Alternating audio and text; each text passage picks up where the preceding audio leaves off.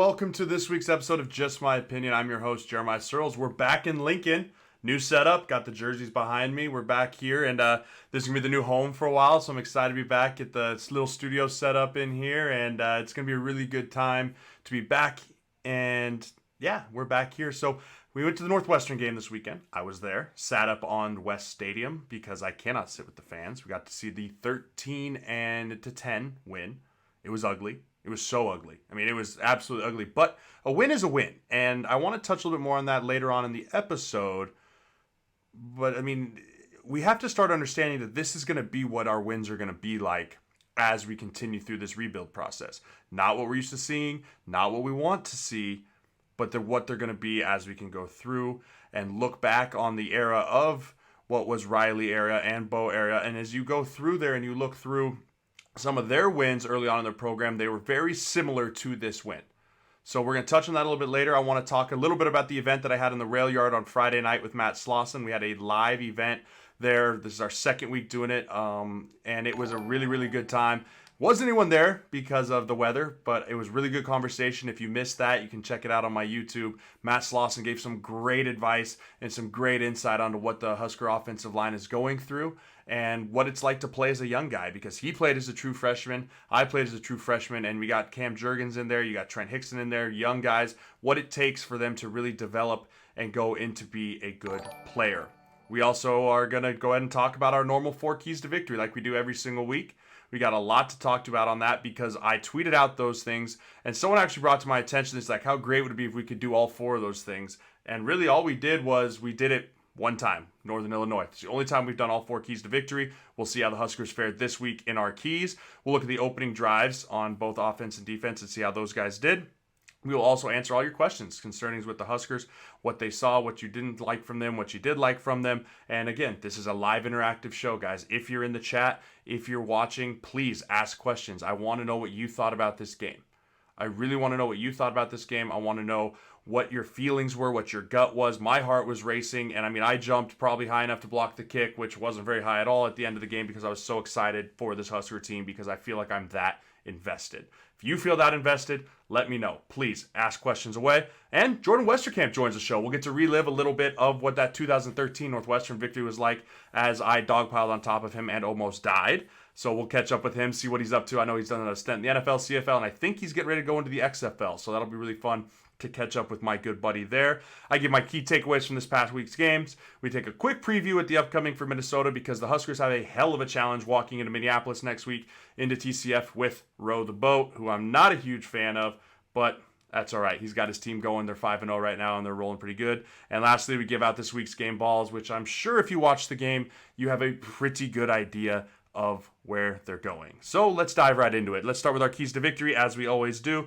We have Nebraska with the penalty. So we start always, if you're new to the show, we start with penalties, rushing yards, third downs, and turnovers.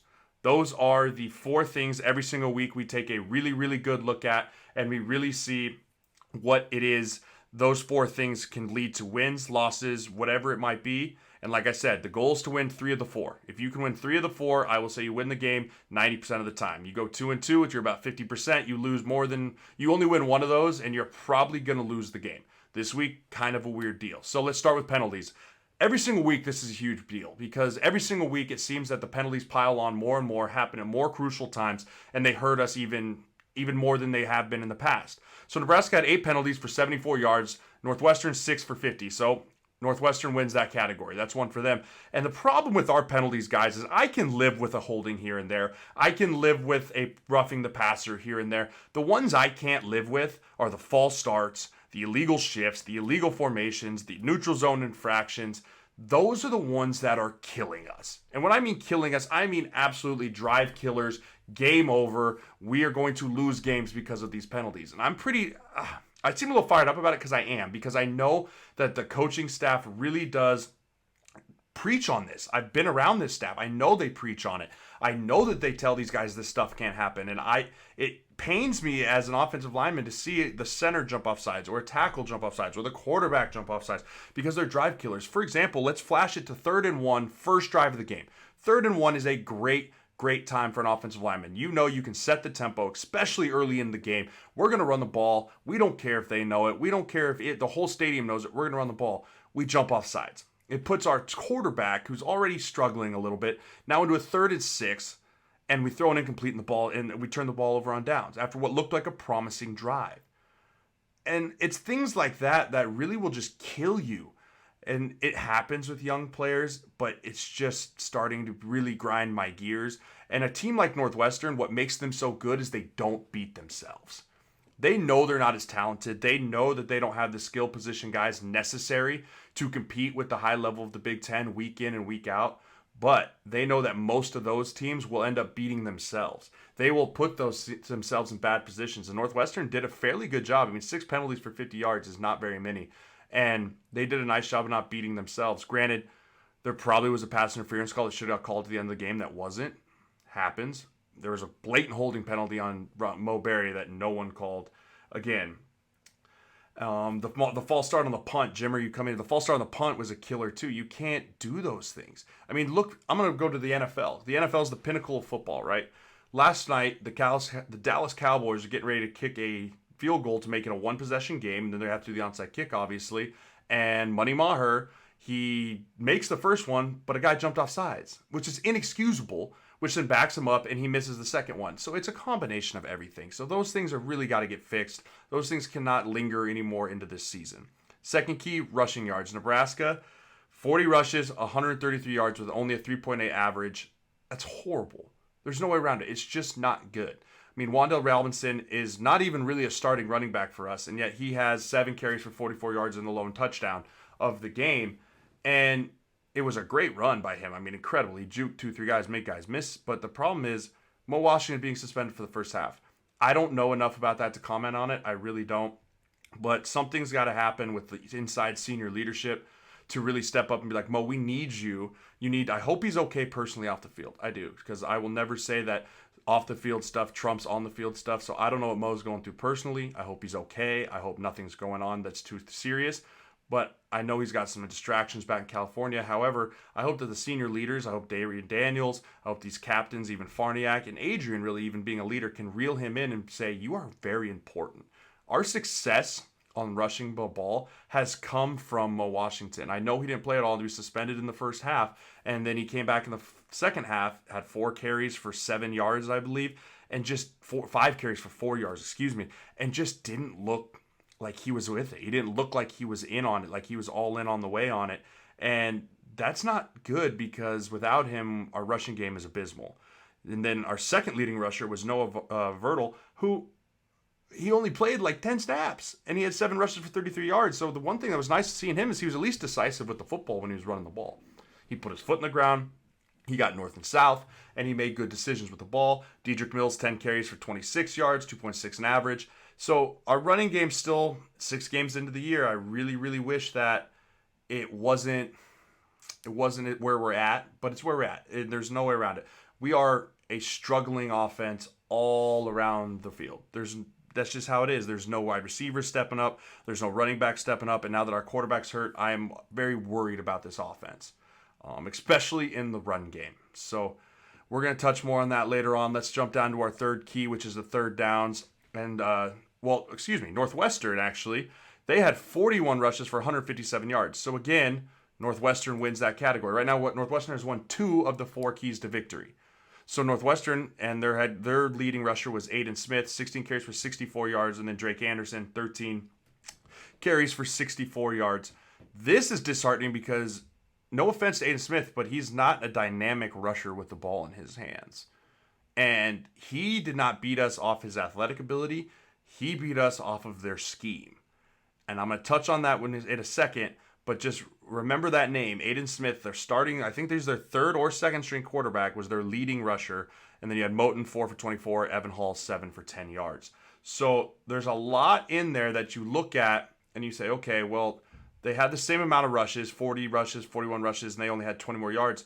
That's a good day. You hold an offense to 157. You hold the offense to 157 yards rushing. That's a good day, especially in the Big Ten. I mean, it's a running machine. So the Black Shirts did their job when it came to rushing the ball. But there were some issues that we'll look at as far as scheme-wise that better, more talented teams are really going to take advantage of against this defense. On the third downs, Nebraska 6 of 19, 31%. Northwestern 5 of 16, 31%. So, tie. So, as of right now, Northwestern's 2-0-1 for Nebraska right now. You look at the turnovers, which is the most important stat. All these other stats are great. They're all very important as far as coming toward winning games. When it comes to actually looking for the stat that means the most in a win and a loss, it's turnovers. And this was the first game this year Nebraska had 0. Goose egg. Thank goodness. That's probably the biggest positive we got out of the entire thing. Honestly, the biggest positive on offense was watching Wandale, and then also 0 turnovers on offense. So let's build off of that. As an offense, we have to build off of that and go, okay, can we go 2 games with no turnovers? Can we go 3 games with no turnovers? And then Northwestern had the 1 turnover, the 1 interception that led to the game-winning field goal. Without that turnover, I don't know if we win this game. I was sitting up in the box, and my good buddy Brandon Vokes up there, and I said, you know, guys, I don't think with JD out, with Adrian out, and with our kicker being what he is, that we can drive the ball more than probably 40, 50 yards right now to win this game. We need a turnover inside our own 50. And literally 3 plays later, bang, big pick by Jackson, who obviously has never carried the ball before. I mean, his ball skills, I have better ball skills than him. Every coach in the history of ever that's coached DBs, if you get an interception, numbers, sideline. Numbers, sideline. Not back into the field of play where you let the fat kids chase you down. I mean, that just was bad ball by him, but whatever. He got the pick. I'm just glad he caught it, honestly. So let's go back and revisit some of these things. I want to go back and so really it was 2 tied, Nebraska won 1. So we really only won true 1 key to victory, which is why it was such a close game and why it came down to a kicker at the end winning the game for us. If you win 2, 3, 4 of these keys, you usually win the game by a touchdown or more. When you go 2-2, which I'm going to call this 2-2 because the third down was really a toss-up, it's about a 50% chance of who wins the game. So with it being what it was, I'm not surprised how the game went once I went back and looked at the film. As I watched the film, it was really just bad ball on both offenses, but the fact being that we were able to make plays down the stretch. And I want to give our defense some credit because last year in Evanston, they allowed that team to go 99 yards and kick a field goal to put the game in the overtime. And this year, when the defense was called upon, they stepped up big. They turned the ball over for us and let our offense have a chance to win the game. So all in all, not a terrible game by the defense. I was actually rather impressed with how they played the game. I thought Darian Daniels is an absolute manimal up front. I thought that he had an excellent game. He had 6 tackles and a TFL, and I think that he really plugged the middle up for us pretty much the entire game. He's one of our better defensive linemen, and I think he is a huge get for us this offseason. Obviously, being a captain is massive, but seeing the way that he's developed and the energy and really the ferociousness, I'm going to call it, that he plays with. I mean, when he tackles someone, I feel like you can feel it up in the stands. You really can. I mean, that dude is all over the field, and you can feel his energy, which is really important for a young defense, especially when you got those young linebackers that you really can rely on that nose guard to make plays. I think of guys in the league that have great nose guards. I think a guy like Linville Joseph. I think guys like Vince Wilfork. Those defenses that have the really solid, strong nose guards are the ones that are usually really successful. Because guess what? If you have a nose guard that can eat up 2 guys, you have a middle linebacker that's going to make 100 plays on the field, 100 tackles on the field. And Mo Berry was that guy. I mean, Mo Berry had a very good night as well. I'm pretty sure he had 8 tackles and 1 TFL as well. So those dudes were having good nights. Those guys were having good plays. But let's talk about how the zone read killed us. We did not get beat physically in the run game. We got beat schematically in the run game. And I can't fully put that on the players. I think we got out-coached a little bit. Pat Fitzgerald is an incredible coach. I think that he does a really nice job. But he saw something on film, and as I was watching it, they would line up in a formation. I call it 3-by-1. 3 receivers to the one side, one receiver to the other side. And they would line up, and they read the outside weak defensive end, away from the 3 receivers side. And schematically, here's how I tell you that I've taught it, and I've learned it, and I've lived it. It's called a squeeze scrape method. Now, when I say that, when the quarterback does the zone read, the unblocked defensive end squeezes, and takes the running back. So that's the running back on. The scrape portion means that the linebacker that then had the running back scrapes around and replaces where the defensive end was. When the defensive end replaces, he now has scrape for the quarterback. And I saw none of that the whole game. The defensive end would squeeze down, and he would take the running back, and the linebacker would run over the top trying to beat the double team to get to the running back, and left the safety. A lot of times it was Cam Taylor-Britt standing about 11 yards, and he was the only guy left to make the tackle. That should never happen. The safety should be there as the secondary tackler. The main tackler needs to be the linebacker. And then as the game progressed, the defensive end realized, man, this isn't working. So then I saw Taylor do it. I saw Davis do it. I saw Garrett Nelson do it. They started trying to do too much. They started going, okay, I'll just play both. I'll just kind of stand here in the middle, and I'll be able to run and take the running back if he hands it, and I'll be able to go and take the quarterback if he keeps it. And then you get stuck in no man's land, and you don't make the tackle on either of them, and we got burned by both. Team Diesel, you're right. Alex Davis got burned by their QB multiple times, and it's because I want to say they weren't just really sure schematically who had who. All defense is, guys, is gap sound and gap integrity. You have the D gap, C gap, B gap, A gap, and then you go on the other side of the ball, A gap, B gap, C gap, D gap, and you just make sure that 11 guys cover those gaps. And we just didn't. We didn't have the gap integrity on this defense that we needed to have, and that was disheartening to see, especially when they really gashed us on it in the first half, but we weren't able to make the adjustments and come back in the second half and stick it up their butts and say, you're not doing this to us anymore, because that was really their only success running the ball. When their quarterback, Aiden Smith, is their leading rusher, it is because they had success with the zone read. Did that hurt us this game? No. Did it make us lose this game? No. Are we going to play quarterbacks that are much better at it throughout the rest of this year? Absolutely.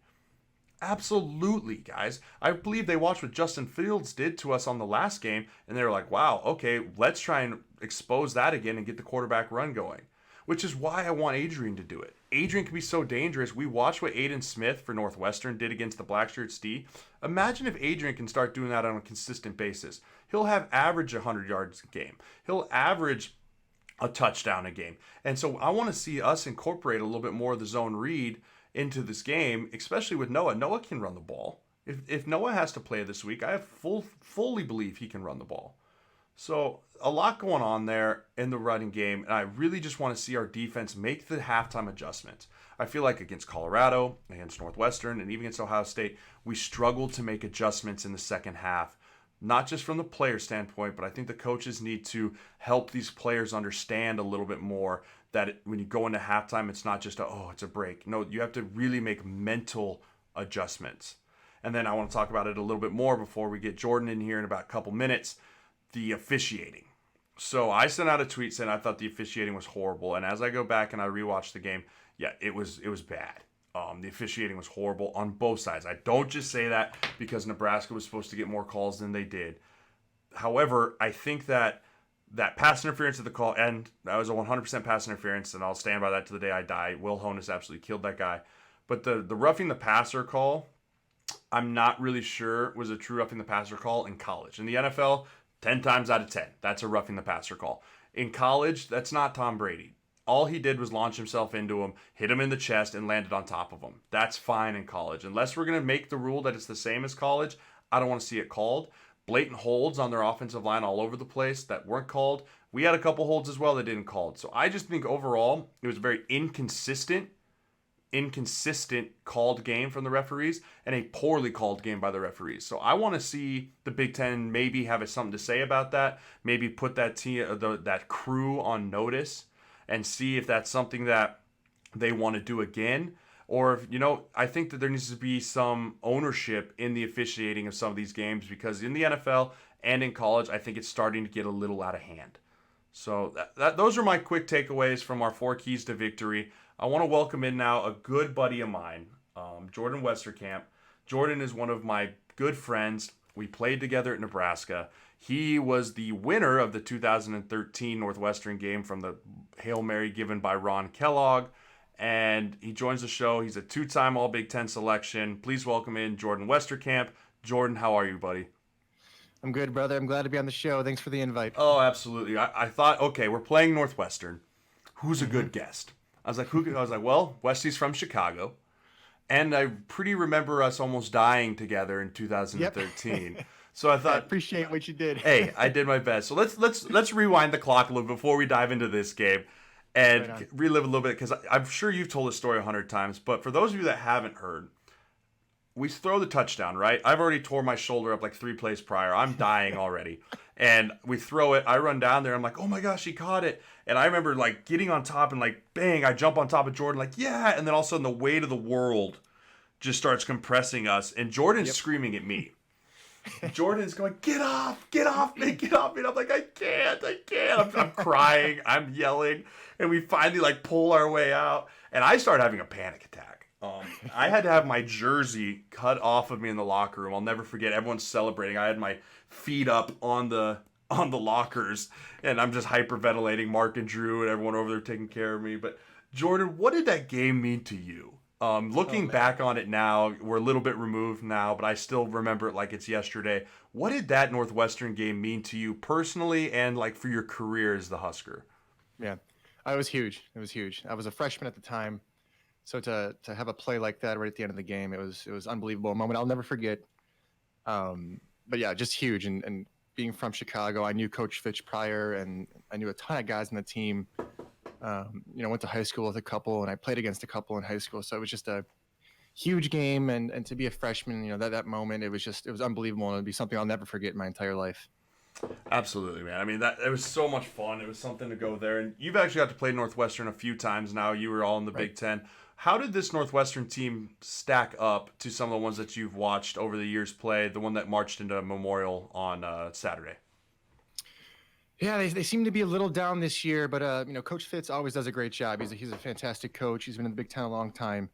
You always get those guys prepared. They're always an extremely disciplined football team. So you got to be careful with that because they will take advantage of things like turnovers, interceptions, and whatnot. But yeah, I mean it was a great game. Extremely exciting ending, obviously. Right. Um, awesome. The same end zone that the Hail Mary happened in. It was a great moment for Lane McCallum, the kicker, to put it in there. He's from Nebraska.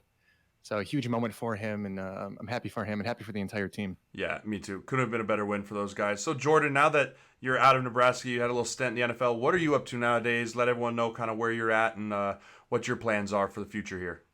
Yeah, so right now I've been training for the XFL, a new football league that's starting up here. It's going to be another spring league.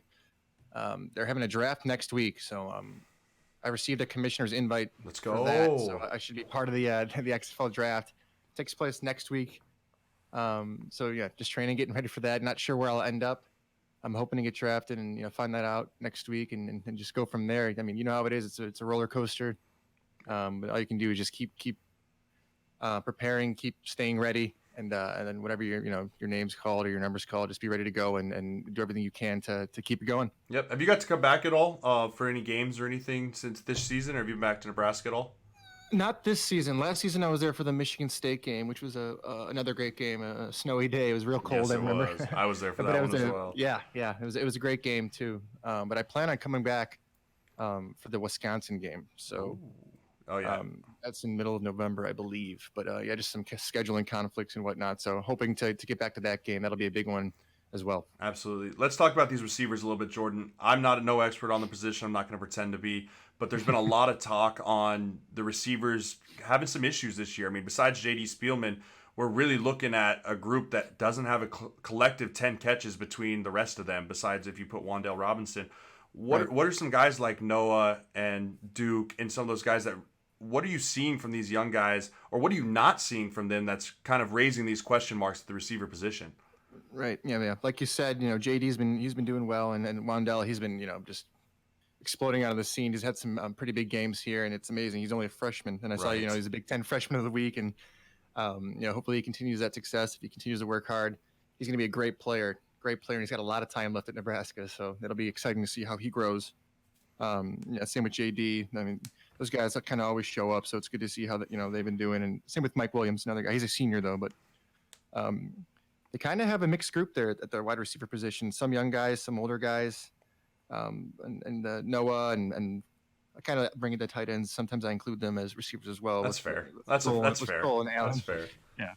they they've shown flashes and they've shown that they can do it. So it's just about practicing and preparing the week up to the game, and then just giving it all you got. So I know they can play, and I know once they get it all together, and Adrian, I'm not so sure on his status for this week. I know he had an injury, so we'll see how that plays out. But the backup Noah, backup quarterback, he also he came in there and did his thing. So it's great to see that a guy who's preparing like he's been preparing, and to be able to step in there and finish that game. It's great to see that. And if he's the starting guy this weekend, then we'll be rooting for him, and obviously, and hopefully he gets out there and kicks some butt. But hoping for the best with their injuries. I know Maurice Washington as well is kind of nursing an injury, so some of the receiver mishaps kind of has to do too with injuries, and I know JD as well has kind of been nursing some things here and there. So once this offense is healthy and they're all out there, you've seen it. We know how they can roll and they can kick butt. So get those guys to prepare this week, and they should have no problem. I agree, and I think a lot of it has to do with health. But one thing I wanted to ask you about last week, Coach Frost said that it's really important that the receivers are in the right spots. And I think people can take that one of a couple of ways, like, well, what does that mean? I mean, they're just running routes. But touch on a little bit on what it means to build chemistry with a quarterback where if a hitch is at 11 yards, it's at 11, and how if it's at 11 and a half, that can be a nightmare. Right. Like, yeah. I mean, just talk about like what it takes to build that chemistry with the quarterback, and also just how important, when you say it's a game of inches, it really is, how important those yards, that the depth or whatever of a route is for a receiver and a quarterback. Yeah, I mean, timing and spacing is everything in an offense, with the quarterbacks and the receivers. And it's crazy how, coming out of high school to college, the attention to detail, it's so different. In high school, you can get away with running a 10-yard hitch and drifting a little bit, maybe being a little shorter, being a little, far. In college, I mean, it's 12 yards. It is 12 yards, and you're there. and I mean, yeah, there's room for being able to adapt to defenses and whatnot if you have the ability to do that. But I mean, it's like you said, a game of inches, and there's so much detail that goes into everything. And when Frost says that, he's probably referring to that. It's 12 yards. It's 12 yards. If you have a post route and you have to do it at 3 outside steps, and you better freaking do it at 3 outside steps and be in that spot. And if you don't do it, we'll find a guy that will do it. So I mean, it's a tough deal, and it's hard, and to build that chemistry is tough, and it takes time, a lot of time. And there's some young guys out there that need some more time, and it's just how it is. And then especially with Adrian being hurt and stuff like that, could throw timing up too. Having a backup come in, it shouldn't, but it can, and I understand how it does. But yeah, like you said, game of inches, and it's the receiver position is such a detailed position. You need Absolutely. you need to be locked in. So, if they can do that, and I know they can, because we've seen these guys do it. So if they can just, stay on top of that, they should be fine. Yeah, flipping sides of the ball, again, DBs better than I do. I can kind of watch and be like, sure. What have you seen from Boodle? I mean, Lamar Jackson's having a fantastic year. I thought that he's playing at a very high level. But him, Boodle, you got Dismuke in the back, you got Cam Taylor, Britt in the back. Like, talk a little bit on your opinion of the Huskers DBs so far this year and what you've seen from them. Yeah, I think their defense as a whole has taken a big step this year. They looked pretty darn good, and Boodle, he had an awesome game. And like you said, Lamar, he's been doing well this entire season. Another guy who's been flying around, like JoJo. I mean, he's been getting after it. Muhammad Berry. I mean, all these guys, they're playing well. They just got to stay in it, stick to it, and prepare, and know their assignments, and there should be no issue with that. And, the biggest thing you see in defense is it's not really an ability thing. It's more of a mental thing. It's blown assignments. So all those guys they're there for a reason. They're at Nebraska for a reason. So as long as they can stay in it, keep their head in it, they should be fine. Absolutely, guys. If you're just joining the show, Jordan Westerkamp is my guest, Husker legend. If you have a question for him, please ask it. If you have a question for us, ask it. For me, ask it. That's the whole point of the show. I want you guys to be live. I want you guys to be interactive with the show. We're here for you guys. So we asked some questions on Twitter and Instagram this week, and Josh Jensen comes in. He chimes in. He says, will this offense ever resemble anything Southern Florida had at UCF? Is it skill players lacking? Is the O-line not great? Is it QB you're not reading the field? And here's my answer to that. Yes, we're in year 2 of the system for Scott. And Jordan, you can answer me after this and kind of see what you think. But I think that we saw such a quick rebuild in UCF, and I touched on it last week, was because of the competition was the level of their competition. He wasn't playing the Ohio States. He wasn't playing the Northwesterns in a Power 5 conference. So do we have the skill players? I would say that we could go toe-to-toe with UCF right now, skill player for skill player, O-line for O-line. and it'll really just come down to who beats themselves the least, because that's what it all comes down to. So will it ever resemble? I think so, yes. Will it take time? Most likely. But I don't think it's a lack of anything. I think it's just an overall competition is better, and the fact that we just have a lot of young guys in young spots. Jordan, what are your thoughts? Right. Yeah, no, I totally agree. It could absolutely resemble it, and I think that's kind of what Frost is trying to do. It's just, he's brand new. It's just his second year, so those guys to change an offense completely to what he wants, it's tough, and it takes time. Like you said, time is everything. You practice it more, you get better, you get better, you get better, and then right now it's hard with like I mentioned earlier, the injuries. That's been a big deal with guys staying healthy. But yeah, I absolutely think it will eventually kind of morph into that. It like you said, takes time. When things like that, it takes time. When we had Coach Bo and then we got Mike Riley, I mean, that took time. Our first year with Coach Riley wasn't when I had him. We didn't have a great record. Still made the bowl game and beat UCLA, but Let's go. It took time, right?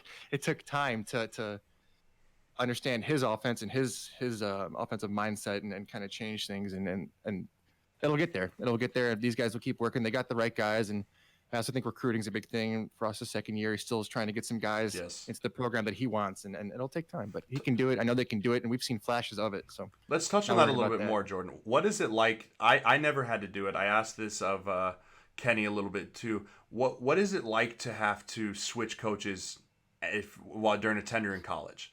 I think people sometimes underestimate how hard that truly is. Because I couldn't imagine. I honestly couldn't. If you're going into your third, fourth year, you've been in a system for now 2-3 years, right, and all of a sudden it's like, nope, clean slate, start over. How hard is that? Because I feel like the defense adjusted a little bit quicker than the offense has, obviously. Yeah. But like, how hard is that for a player to come in and really just kind of reinvent yourself? Oh, it's extremely hard. I mean, it's night and day with the type of offense that you were running. The day before you were doing this offense, now everything changes, and you're like, okay, what the heck's going on? It takes time. It takes time, and it's tough. It's really tough. It was tough, but like I said, with time and just practicing it day in and day out and repetition, that's the only way you get better with things. So just over and over and over again, and eventually you'll get there. But it takes time, and then that's tough as well. Then off the field is tough as well because you've been recruited by a guy and a head coach, for me, from my junior year all the way up until, unfortunately they were let go, which would have been my second year at Nebraska. It's tough because you've built relationships. You understand coaches. You know how they react. You know what they want out of you on the field. So to have that completely, washed away, and then you bring in new guys, and it's tough. It's tough because you got to figure out what they expect from you and how they want you to do it, opposed to how you were just doing it. So it takes time to build those relationships and to figure out kind of what they expect out of you. Yeah, and that makes a lot of sense. And I want to rewind a little bit. So you played with Tommy when Tommy was a young quarterback. Yes. You lived with him. You were his roommate, obviously, in case you never watched a Nebraska game when Jordan and Tommy played. They actually lived together. What struggles, if any, did Tommy go through as a young guy that maybe not a lot of people were aware of, or that you guys kind of just chatted about, that when he was a young guy, and I mean, there was a lot put on his plate early on. Right. And what did he go through, and how did you help him through that, where you can give advice to maybe a guy like JD, or maybe you could give advice to a guy like Noah or Dedrick Mills, who they can just kind of go and, hey, you're doing great, or whatever it was. Like, what did you have to say to a guy like Tommy, who was a young guy with a lot on his plate? And that's the thing. It's the quarterback position. It's tough, and I applaud those guys for all the information they have to retain and everything they have to do to play at a high level. It's crazy. So I mean, I could never play quarterback ever. I can't throw, but the mental part, dude, the mental part is unbelievable. It's just it's insane. It's insane.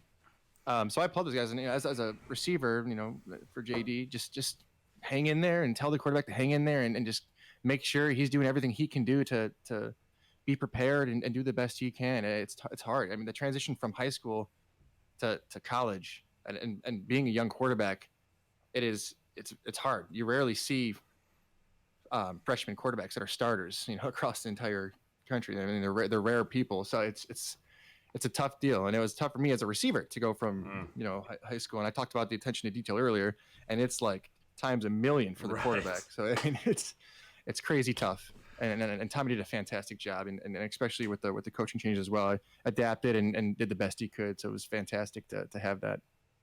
Yeah, and for me, a lot of people have been calling for Adrian's head, and I mean, you live with the growing pains as a young player, and I Right. think the expectations obviously were never higher coming out of what he did as a freshman, which was pretty Hmm. remarkable.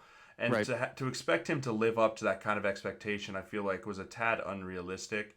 And I mean, you were a guy that had a lot of expectations coming in.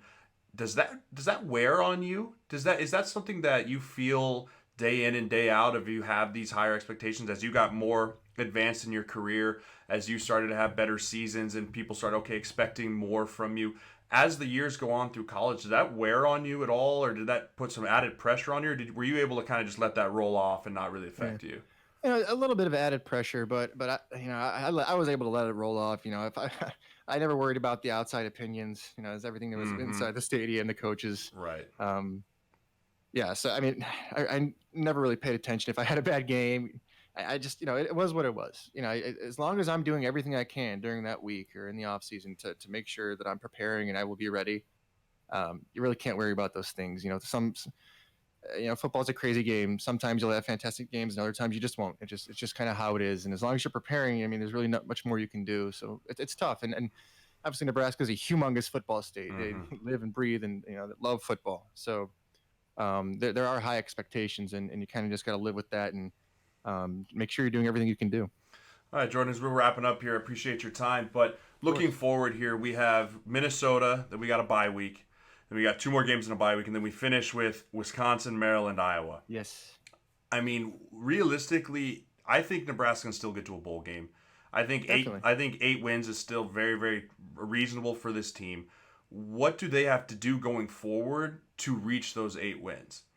In Yeah. your eye, what do they have to do well in your eyes? So, in my eyes, as I've watched throughout the season, it's you keep seeing these bits and pieces, these flashes. The defense plays fantastic this game, or the offense this game. They kind of take turns, and I think if they just stick to it, and they're so close, they put it all together, and you're going to see some great improvement, and it's absolutely realistic for 8 wins this season. This will be a great test this weekend going against Minnesota. They're tied for first with Wisconsin in the Mm-hmm. West right now, so it'll be a good test. And I think I saw some snow Saturday in It's a Minnesota, of possibility, course, of course. of course. I mean, But Buckberry chimes in here and says, "Do you think we can win the West?" I, you know, I want to say yes so bad, dude. I right. think So I, so bad. Like I drink the Kool-Aid with the hard. rest of Just them like every year. I do, and I don't know. I just haven't seen the consistency. right. It's crazy because Nebraska for me has always been a team that can if they show up, they can beat anybody. Like last year, they Right. went to Ohio State and they almost beat them. Ohio State at home. So I mean, I, we'll see. We'll see how these next couple of weeks play out. I think you'll get a much better idea of how the season's going to go these next coming weeks. But yeah, Wisconsin's going to be a huge one, and Iowa. I mean, all these games are huge, but I you're mean, looking down the road. Wisconsin, Iowa at home is so helpful. Yeah, I mean, to end the year. yeah, And yeah. honestly, I So don't. If we beat just those two teams the rest of the year, I'd be all right with it because I despise both of those teams. me too. And I'm so tired of hearing about the Iowas of the world. I was so happy when they lost to Michigan. Have you got to watch? Have you got to watch much Big Ten ball at all, or no? Yeah. I've been paying attention, of course. Yeah. So I mean, arguably, before I let you go, I think Ohio State's the number one team in the Big Ten, maybe Yeah, the number one team in the country. But I right. definitely think that it's going to come down to us beating either Wisconsin or Iowa for the division if we handle it. But I Yeah. think the biggest thing, and I want your touch on it, your last take, is the fact that we didn't turn the ball over last week Hmm. and how important turnovers are for an offense. Um, last thought here: is it reasonable to think that we can turn the ball over less than 5 times the rest of the year? Rest of the year. Oh man, I mean that's tough. I mean, the guys on the other side of the ball are real good too. So it's tough, and it's something that they continue to practice it and really make that a focus during these practices during the week. It's definitely possible. It's definitely possible. Um, it's going to be hard, and it's going to take a lot of discipline, but I think they can do it. They just got to keep working, keep focusing, and hope for the best. But yeah, I think they can. Awesome. Well, Jordan, again, I appreciate you so much for jumping on the show with me here as I grow this thing.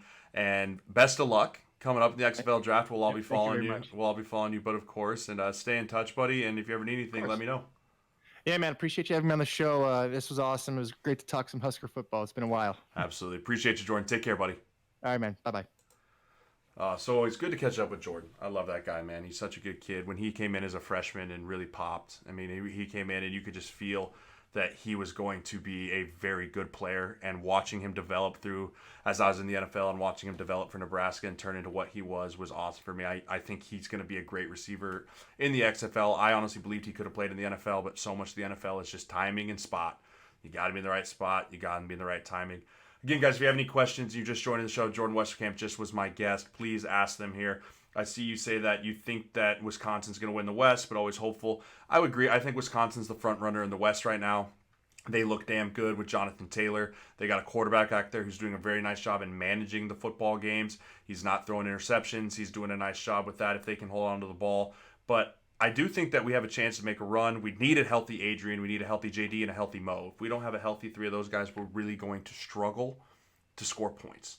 And that, at the end of the day, you can talk about keys to victory. You can talk about how do you do X, Y, Z. You got to score more points than the other guys.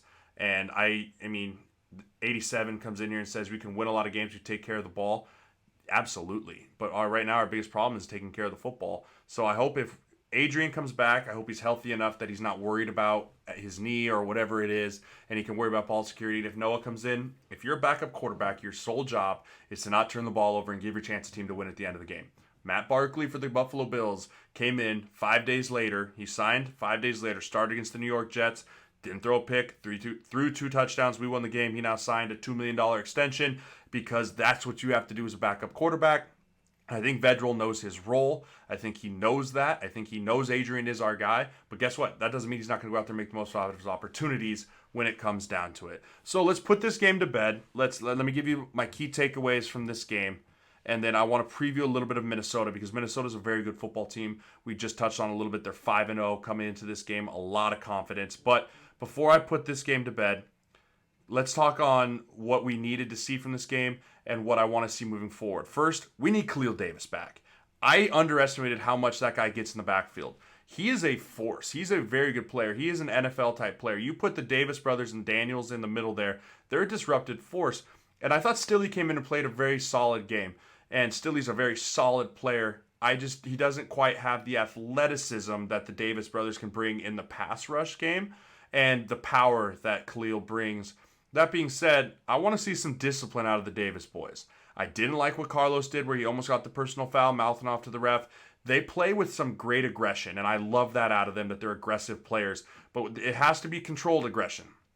Getting in a fight in practice and getting in a scuffle in practice is fine. You can't let that carry over to the game. That's just being disciplined. And at times, I think those two players, are great as they are, need a little bit of difference. They need some discipline in their life on the field. Control that aggression, channel it in the right way, and that's on the coaches and the leaders of that football team to help them channel in the right way. I love both those kids. I train with them during the off season. They're incredible human beings. They just got a little anger issues when they're on the field, and I'm all right with that. A lot of great players do, but I want to wind them back in and really have them laser focused to be the best they can be for the last 6 games of the year for us. On second takeaways, our offensive line is still young, but they're not as young as they should. They're playing younger than they are. And when I say that, it's because of the false starts, the miscues, the missed snaps. And we're in game 6 now. By game 6 of the NFL season, or really by any season, you're no longer considered a rookie. So I'm no longer considering these freshmen true freshman guys. Yes, they're young, but they're battle-tested guys now. You got 6 games in under your belt. You got 3 wins under your belt. You understand what it takes to win in this league. You understand what it means to lose in this league. I want to see more consistent, better play out of those guys because they can do it. And I wouldn't say that if I didn't expect it out of them. And I really want to see them do it. Lisa comes in here and says, do bad snaps... Oh, Kalika. I'm sorry, I can't pronounce your name. Do bad snaps eliminate the short passing game? They don't eliminate it, but they make it damn hard. If a short passing game means catch, plant, and throw, if that means jump, catch... get your eyes where they're supposed to be, then throw, the timing's off. You heard Jordan talk about it. The detail in the passing game is so important. So it's not all on Adrian. It's a lot. The snaps have a lot to do with it. And I think you hear Scott every week starting to have to answer more and more questions in his weekly presser about the snaps. And I'm sure he's getting tired of it. I'm sure he's getting frustrated with it. But I can promise you no one's more frustrated than Juergens.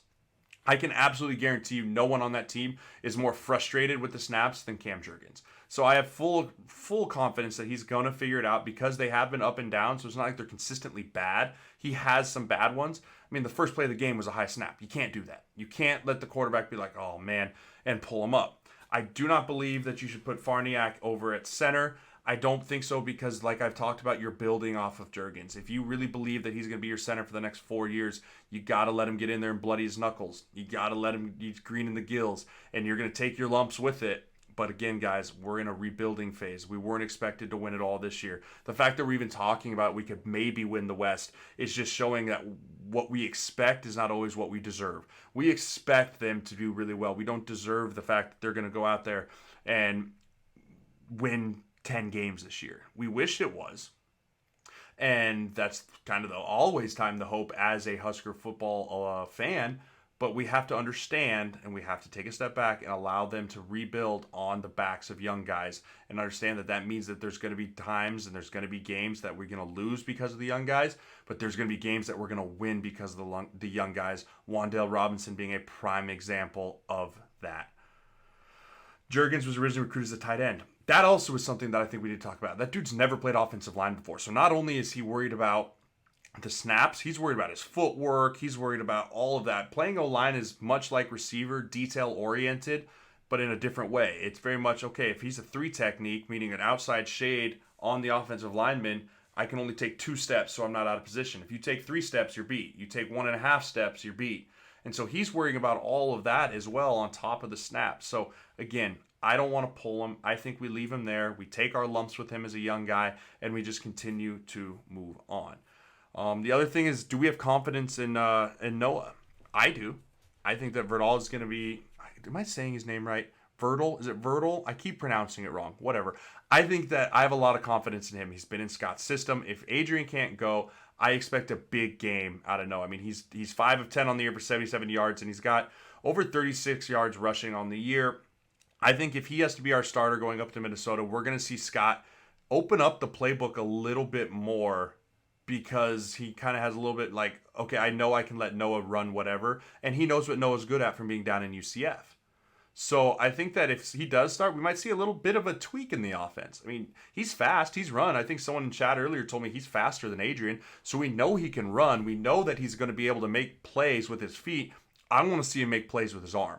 I want to see if he can get these wide receivers jump-started, McQuitty, Williams, Noah. See if he can get these guys jump-started for this back half of the year and get that timing and rhythm down on this offense, which pace plays so much in with it.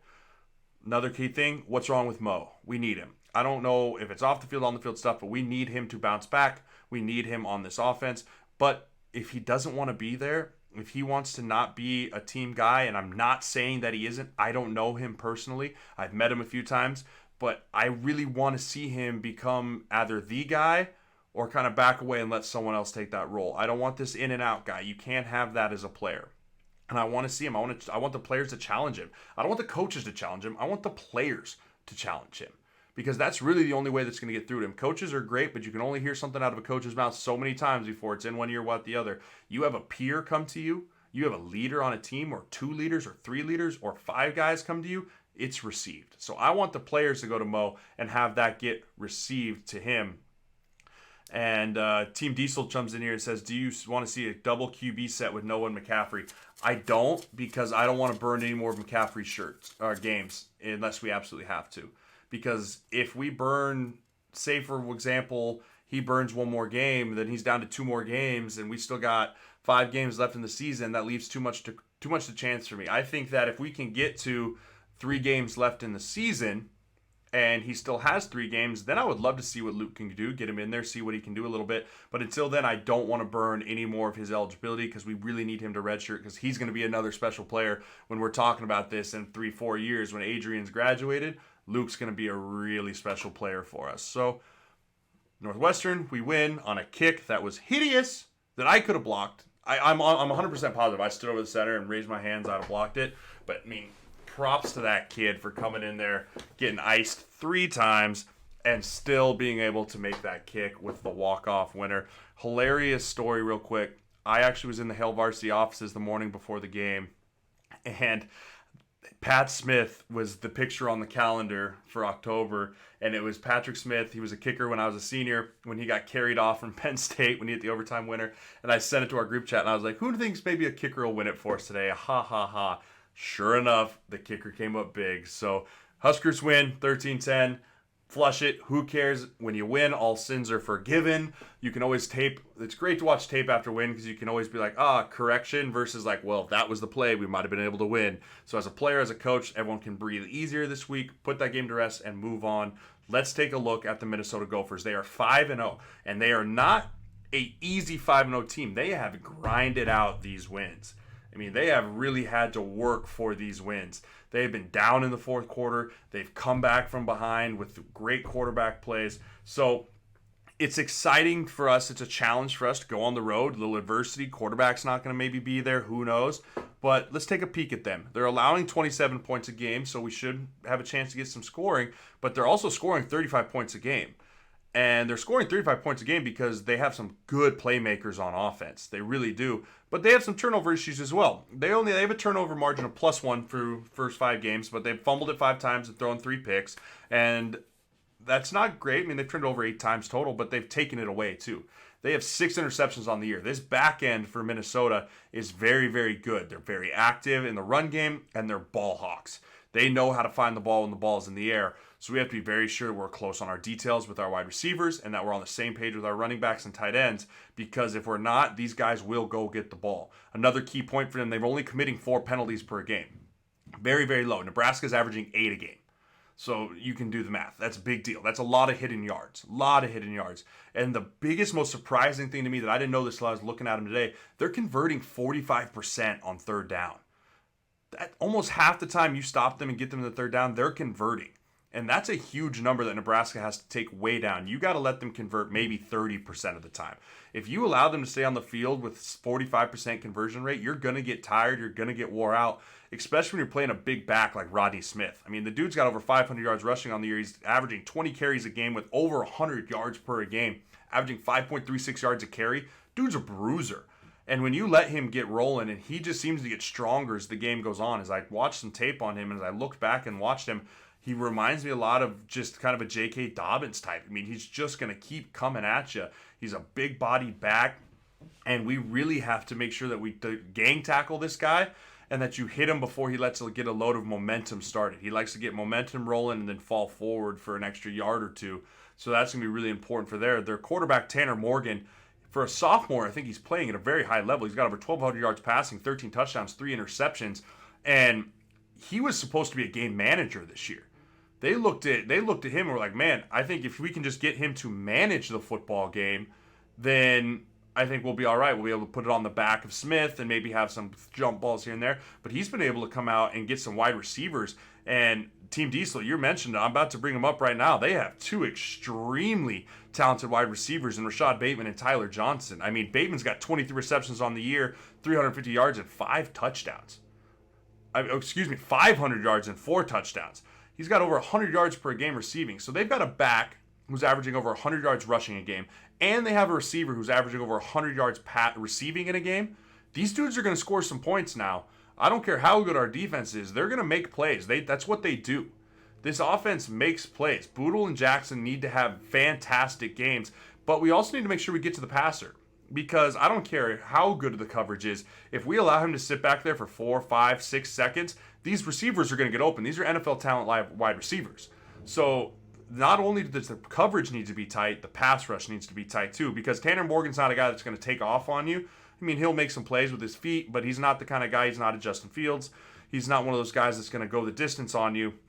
But you need to rush him the right way, but get to his feet. Not let him step up and deliver strikes. Make him put a little air on their balls, under the ball, because I think guys like Lamar Jackson can go up and get some picks against these guys, and we're going to need him to, because I think the Black Shirts need to take the ball away at least twice in order for us to win this game, because with our offense being a little depleted, with J.D. Spielman out, Adrian Martinez possibly out, I mean, we're going to need every chance we can of getting extra possessions with the football, whether that be a fake punt, whether that be a fake field goal. I don't care. We need to steal possessions. We need to steal possessions in order to score points this game, and we need our special teams to be special, Meaning, if they're going to punt, let's flip the field. Let's get field possession. Let's not make our offense go 70 yards. Let's make them go 50, because those extra 2 first downs are huge when you have a struggling offense. Again, I think for the defense, we need Boodle and Jackson to step up, and I'd look for JoJo Domann to have a big game this week. He's been very consistent making plays, but I want to see him make a game-changing play. I want to see a big sack, 6-sack fumble, pick 6. I want to see him have a very good game for the Black Shirts this week, because he's capable of it, and he's kind of been right on that cusp of making really big plays. But I think that he's just waiting to make the game-changing play. So I'm going to have my eyes all over him this week as I'm watching that game.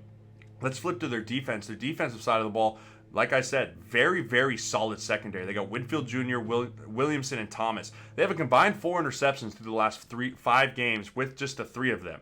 Winfield is also their leading tackler. He has 27 of them. So, I mean, this is an extremely active back end. They fill really hard in the run game. And I'll say this, Northwestern dared us to throw the football with their safeties. They were playing single high safety at 12 yards, and they had their free safety roaming around down at linebacker level, where it made it hard for the tight ends to get in there and block them, because they're like, you know what, we're not really that scared of you passing the ball, so we're going to stop the run. We're going to make you one-dimensional. And that's what they did.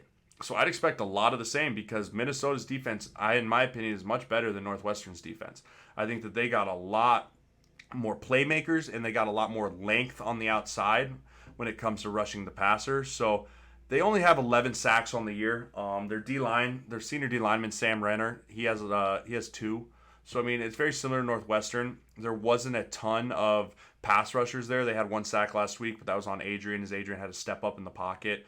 It was a coverage sack. So I expect our O-line to get better this week again in pass protection. I think that they have a nice job of holding up against this Minnesota front. But we have to be ready for their linebacker, Camille Martin. He's got 26 tackles, but he's also a ball hog. He's got 2 interceptions as a linebacker, which means that the checkdowns to the running back and the tight end, you have to be very, very aware of where this guy's at. You got to know where he's going to be, because he likes to bait these guys into, we'll just dump it down, take the easy check down, and he steps right in front of it and picks the ball off. So those 3 guys are kind of their playmakers. As a whole, they're a very solid group. They're allowing only 115 yards rushing per game. So for Nebraska's offense, that's not a great look, considering we are not really lighting the world on fire with our running game right now. So we're going to have to earn our yards. We're going to have to get creative, maybe get back in that I, maybe get back in that wing T, maybe see what Noah's really feeling special with this week. Maybe we can get Adrian back. But, I mean, if Adrian's not 100%, we're not going to be able to rely on his legs a ton. And I hope he doesn't go out there if he's not 100%, because he's not the same player when you can't trust his legs. So if Noah has to go this week, I expect to see some QB runs out of him. And I really expect to see some special thoughts from him. So my final thoughts here on fourth quarter on Minnesota as we go into it. Again, they know how to win in the fourth quarter. We need to make sure we keep it safe, or keep it close as we're going into the fourth quarter, by playing safe on offense, taking our shots when we need to, but really it's going to be consistently controlling the football and not allowing these receivers, allowing this offense that can score points to get back out on the field. We have to make them one-dimensional. I don't care what you want to take it away. Do you want to take away the receivers or the running back? In my opinion, make them run the ball. I think the strength of our defense is up front with the Davis brothers and Daniels brothers and Moberry and company in the middle. I think we need to make them one-dimensional and say, you know what, put our front against your front and let's see what can happen. Because as long as we can keep the contain on the outside with Davis and Doman and Taylor, I think we're going to be okay. So I want to take away the passing game, and I want to make them run the ball. I know it's weird to say. I know that is, but I don't want them throwing it over our heads. Usually it's the flip. Usually like, all right, make them run, make them pass. I don't want them to pass, because those 2 guys on the edge are very good. I want to make them run, and I want to stuff the run in the mouth. On offense, we got to take care of the ball on the road. When you're on the road, bad weather possibly, there might be some snow up there. We have to take care of the football, because we cannot afford to give away possessions. We need to steal possessions. And then it's a big moment for young players to step up. Next man up mentality. Scott talks about it all the time. I've been a part of it. It's just something that is part of football. And you build programs off of next man up mentality. You see who the next up and comers are. They get their chances, and they don't know when that opportunity might come again. So I expect to see some big things out of the guys that come up. And last thing, B+2 in the turnover margin, and that's it. Let's give away our game balls real quick as we're wrapping up here on offense. I think it's pretty obvious. Wan'Dale Robinson, 44 yards on the ground, 123 in the air, 1 touchdown, and he had the only catch that really set up he had the one big catch that set up the game-winning field goal there at the end. So game ball goes to him. On defense. Again, Lamar Jackson had a very solid game in the run game and also showed up with the big pick when he needed it. These 2 players get the game balls this week because when the moment was there, they stepped up and made the play. And Wan'Dale did against Illinois, and Wan'Dale did against Northwestern. I'm excited to watch him grow and how he steps up even more as a young guy when he's an older guy. But he's just going to keep making plays for us, and we need him to keep making plays for us. Guys, I'm going to be in Minnesota next week. I'm going up with Chris Schmidt and Hale Varsity. I will be up there for the game. I'll be up there on Friday, Saturday, and Sunday. Friday, we're going to do our show at the Graduate in Minneapolis. If you're going to be around, come say what's up. Come say hi. Postgame and pregame also, or postgame, pregame and postgame will also be at the Graduate. So make sure you come by, say hello, come hang out with us. I'll buy you a beer or something, or a pop if you're underage. And it'll be a really fun time. We need to hope JD and Adrian are healthy. And guys, thank you again for showing up for this week's episode. If you missed it, if you joined late, it'll be pulled up on my YouTube, which you can find the link in my bio, and you can find the link. It drops here in the chat every other line. Follow me on Instagram, follow me on Twitter. And guys, if you wouldn't mind sharing the show to your friends, if you enjoyed the show, if you enjoyed what was going on, I'd love if you help me grow this thing, help me reach more eyeballs, and share it with your friends, share it with your family. And as always, guys, go Big Red, and remember, it's just my opinion.